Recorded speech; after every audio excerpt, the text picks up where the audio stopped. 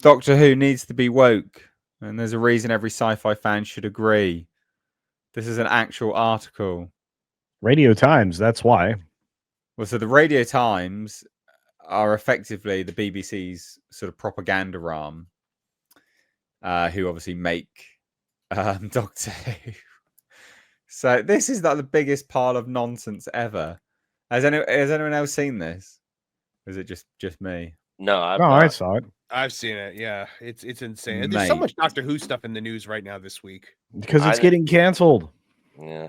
Yeah. Yeah, I did hear that. I did hear that it was allegedly or supposedly supposed to be being canceled. They said it was going to be canceled, and the BBC, the people say that the BBC refuted it. If you read the statement, the BBC did not refute it. Nope. Didn't refute it. They just said a decision we made after season 2 airs. Yeah, So after funny. it fails again. So funny. So basically, what is this? Let's have a look. Right. Doctor Who needs to be woke. All right. It has been, and that's why it's in the toilet. Yeah. Well, their definition of woke isn't the correct woke. So they say this, right? The thing is, the argument that wokeness has ruined Doctor Who is not only predictable, boring, and lazy, it's also nonsensical. Doctor Who certainly has its problems, but wokeness isn't one. First off, we need a definition here to be clear on what we're talking about. The idea of being woke has evolved in recent years and now has a particularly negative connotation, often used to refer to people viewed as overly sensitive about political and social issues. But at its base level, being woke refers to the idea of being aware of and attentive to important issues, especially social and racial injustice. It doesn't actually. That's the old terminology. They even acknowledge that there's old terminology, and they're like, yeah, but actually it was just this. No, it's not. It's about pursuing grievance politics, right? Standing on group box checking rather than meritocracy and individualism, and basically just placating people who have a chip on their shoulder for literally just not working hard themselves. It's just nonsense. It's absolute nonsense. This is all pathetic. So that they're going into it with the whole this is what woke is, and it's a really bad definition anyway. They're like, look at that definition. It's not exactly groundbreaking to argue that Doctor Who has always been woke. It's pretty obvious, but we'll say it again for those in the back. From its very inception, the show has always depicted Doctor fighting against tyranny and oppression. That's fine. There's nothing wrong with that. That's not woke. That's not woke at all. Sure, fight against tyranny and oppression. That's fine. And it's always been aware of current culture. Too many of the storylines to count. So what are they? Oh, what is it? Oh, they've covered poverty. That's not woke. That's just talking about poverty, mate. That's fine. Evil empires. That's not woke. What is this turd? Capitalist greed and more. Yeah, well, that's fine. That's not woke. Insane left-wing ideology is woke. And it just keeps going. It's just absolute nonsense. They're like, oh, you know, the criticism is exactly why the criticism showed for Doctor Who is exactly why we need it. It's like, right, so it's a self-fulfilling prophecy then, is it?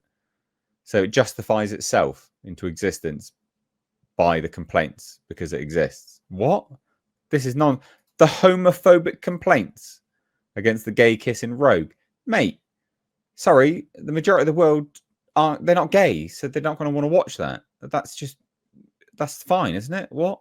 That's understandable. Yeah, they're like, oh, the racism to Shooty Gatwa. No, people just wanted an English person. That was all. They just didn't want a Rwandan playing the Doctor. That's perfectly reasonable. That's not racist. That's fine. Yeah, it's just have I missed anything on this culture? That's about it, really, isn't it? No, I mean, in going through it, I was like, you don't have very good arguments or even thoughts about this. And again, of course, it's always nonsense. You know, Doctor Who has to be woke, and it's a good thing. Of course, it's woke, and it's a good thing. I mean, it's those kinds of arguments are always pretty nonsensical. I was subjected to this show. I used to love the show, but when they brought Jodie in, it was already on a downward spiral. But when they brought Jodie in, it kind of just, set to boil the tea or overboil the tea at that point. And by the time we get the shitty gaywad, we ended up with a complete disaster. And it was done intentionally. I mean, that's I thought with Russell T Davies coming in, and many of my colleagues here in the fellowship initially thought this actually could fix things. No, he intentionally took it down this very bad path. And the show was never actually woke. It was just very thoughtful about the things that it was presenting. Its allegories and analogies were probably one of the things that separated it from most other shows, much like Star Trek separated itself way back in the late 60s, early 70s from, the particular thought processes of the time. Was it more progressive? Certainly, as was Star Trek and several other programs. But at the same time, they dealt with a framework of reality and the society for which it was actually trying to entertain. And I always kind of admired that. The shift by the BBC to turn this show into propaganda, and with everything else that you have there, unfortunately, in the UK, my friends and I finally decided that London has fallen. I'm sorry, Mr. H, but seems like that's happened. And in looking about at their programming, it's very clear that they've fallen. Your entire nation and all of your television programming is made up of people from foreign backgrounds. You don't have British folks or your particular nationality of folks that are even well represented in anything that you produce. And you can go across the entire landscape of Doctor Who and say, okay, well, this was a little more progressive take on war. Well, yeah, war's not good. Anybody who's progressive should be against war. Newsflash. Yeah. News at 10. War is bad. War is bad. And yet here we are. Your country right now is trying to fight for war. Your Kier, the Bierstein Kier, is trying to make an argument there. So regardless, anyway, so when I read this, I was like, this is fully ridiculous. But then again, I read it through the lens of this is the Radio Times. So I'm reading propaganda. Is there anything valuable here? And at the end of this article, I can clearly say, no. No, not at all.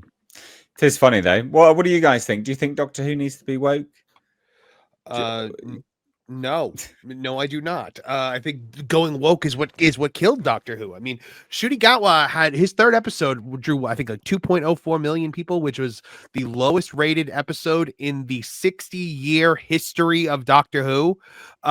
Clearly, we have done something wrong. Clearly, we have gone so far off the deep end that the only logical thing to do would be the exact opposite of the thing that you're doing right now.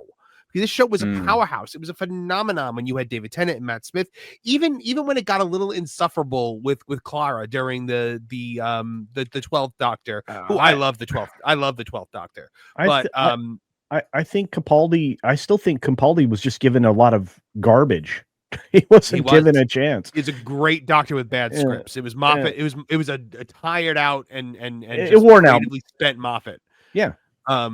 Yeah. There was when Moffat started to see himself as more than Doctor Who, but that's a conversation for another day. And Marvin, just to bring this home, because you and I are fans, when we walked around the con, because Marvin and I went to the con in Florida. We did. When we walked around the con, there were multiple displays for the Doctor. Yeah, I was down with exterminate. I mean, the Daleks, there was 12 Daleks. There was like a bunch of canines. There were, TARDISes. Do you realize it was one of the emptiest locations in the con? It was where I would go when I wanted to get away from the crowd. Star Wars was lightly attended. That zone, should have been full. Terrible. So the things that have been touched by woke to this extent. I mean, I know it seems anecdotal, but when you're there and it's visceral and it's tangible, and you've seen an audience completely evaporate, Nate, for these properties that everybody used to love, used to draw our interest, used to be things we talked about favorably, used to base entire channels on, right, Nick? And there's nobody there. Well, I used to hold out hope. It might help if I unmuted my mic. Yeah. Yeah, you were right. You were right, 100%. I used to hold that hope for Doctor Who. I used to think like I was excited for a female doctor. I was like, all right, cool. We'll see a female doctor, doing those like Matt Smith, David Tennant style speeches, and but she was never like that. She was just bland and nonsensical. And then like while trying to virtue signal, they would do some of the most offensive things ever. Like, oh, the only reason Rosa Parks was able to do what she did was because this white lady helped her. Like it was absolutely ridiculous. She didn't fight aliens. She fought evil white man billionaires from America because everyone was a Trump allegory. And I was like, okay, maybe we'll get better after this. David Tennant's coming back. Okay, great. All right, I sat down for that first thing, and Doctor Who officially died for me. I gave up all hope when they said binary, non-binary. I was like, that's it. I'm done. I'm done with this show. But are you sure? Are you sure it needs to? Are you sure it doesn't need to be woke though? Like to be successful? I'm fairly certain. They know. Here's the thing: the show has been successful. They know what the show needs to be successful. It has to be Doctor Who. It's not that anymore. They're trying to say it was woke when it was successful. Yeah, hardly. I wonder if any of these weirdos can name one successful movie or TV show that was woke that pushed this weird agenda of binary, non-binary, trans, alphabet community stuff. I don't know of any. Can you guys think of one? I can't. No. Maybe someone in the chat knows of one. I don't know of a single successful movie or show that just got rave reviews that was all this crap messaging that they're trying to force down people's throats. Well, I mean, Buffy the Vampire Slayer had gay characters in it, and that was a very successful show. Because it handled it well. It just treated it like it was normal, and that was it. Will and Grace was a really big sitcom for a while, but that mostly made fun of gay culture. I think a lot of gay people don't like Will and Grace because it was a caricature. But yeah, I can't think of any modern thing that has embraced this ideology that people are like, yeah, I'm in. Yeah.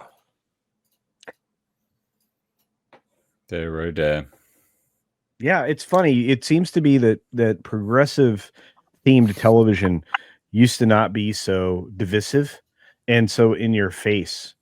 I'm going through a long list of things. I mean, originally in Three's Company, remember that Ritter's character, Jack, was supposed to be gay living with the two ladies because it was not appropriate, according to Mr. Roper, for them to occupy the same space. So Three's Company was a comedy that was, him pretending to be gay, but not, kind of playing in two different spaces of progressivism at the same time.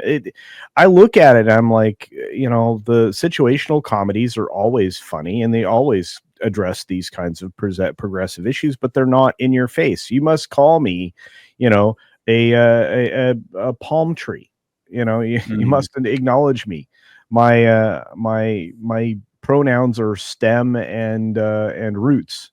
I mean, it's just, you didn't have to acknowledge that baloney sausage. You had Doctor Who became a caricature of itself, a laughing stock in enforcing the most ideologically driven garbage that it possibly could. It was centered in identity politics, especially when we bring in the weird transgender black character at the end of Jodie's run and the beginning of Tennant's reclamation project, and going into this particular Doctor.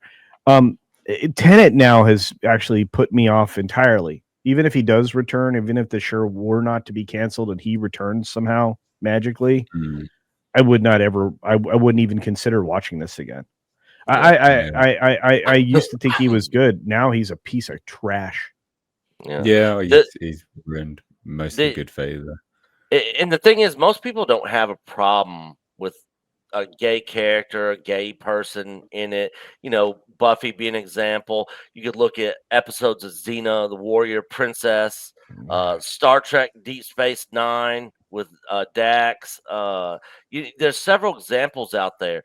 But these people with the modern day messaging of that whole community and everything else and all the added alphabets onto the alphabet community's name now is like the beginning of Back to the Future, where Marty goes in and basically cranks everything up to the highest volume. That's basically what these people have done with that side of things. It's not even the fact that there's gay characters in something that makes something woke. It's the fact that your gayness or your gender ideology is the thing that saves the universe. And or it's the only thing about your character is like, your only defining trait is your sexuality, which is not a thing. Like the reason why Willow worked on Buffy is because she was a lesbian, but she was a complex character that had faults and the fact that she had a girlfriend was just one thing about her. Yeah, I mean, you could even use Playboy in this example. Look at their body positivity direction they tried going in. Yeah, it went well. And now look where they're at. Yeah, and Victoria's Secret. They tried all this stuff. Who did they think were buying those?